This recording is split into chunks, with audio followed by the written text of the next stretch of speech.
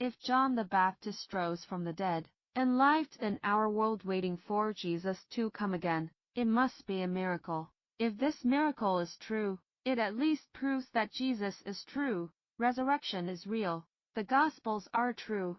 Let's analyze this mystery and miracle hidden in the Bible. We first analyze the possibility and necessity of John the Baptist's resurrection, and then analyze the direct evidence of John the Baptist. Number 1. Predict when to stop. For all the prophets and the law prophesied until John, and if you are willing to accept it, he is the Elijah who was to come. He who has ears, let him hear. Matthew 11:2-13-15. John the Baptist was killed by Herod. Why do prophets and laws a prophecy still hasn't stopped? Acts records the deeds of a prophet named Agabus who prophesied, and Revelation is a book of prophecy. The conclusion is that after John was killed, the prophecy did not stop.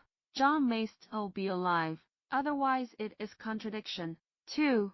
Before John the Baptist was killed, Jesus had the ability to resurrect and had the conditions to resurrect John. When John heard in prison what Christ was doing, he sent his disciples to ask him, "Are you the one who was to come, or should we expect someone else?"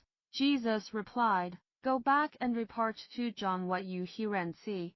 The dead are raised." Matthew 11:2-6. Jesus also knew when John the Baptist died and where he was buried, because John's disciples came and took his body and buried it. Then they went and told Jesus. Matthew 12:14. Therefore, Jesus had the conditions to revive. Number 3. In prison, John the Baptist did not know Jesus and was killed. If there was no resurrection, how could he bear witness for Jesus? When John heard in prison what Christ was doing, he sent his disciples to ask him, "Are you the one who was to come, or should we expect someone else?"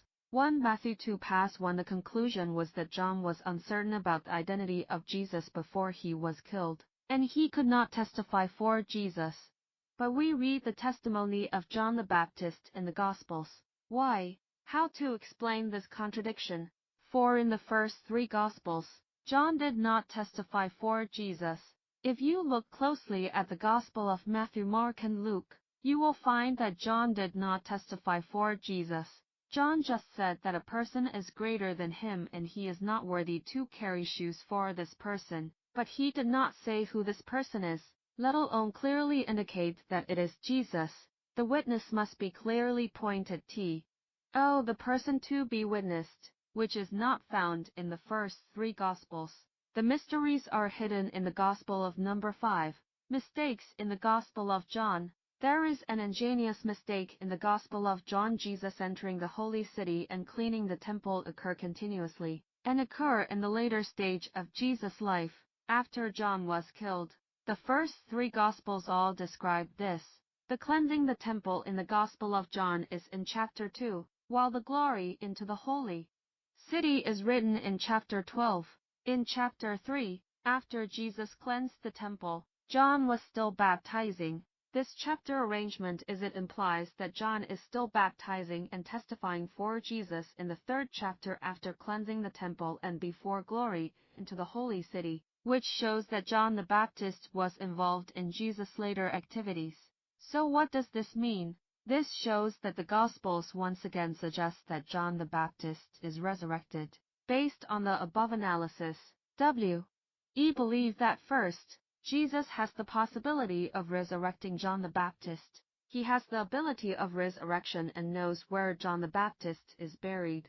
Secondly, it is necessary for Jesus to resurrect John the Baptist, because before John the Baptist was killed, he had not testified for Jesus and did not complete his mission, and Jesus also needed his testimony.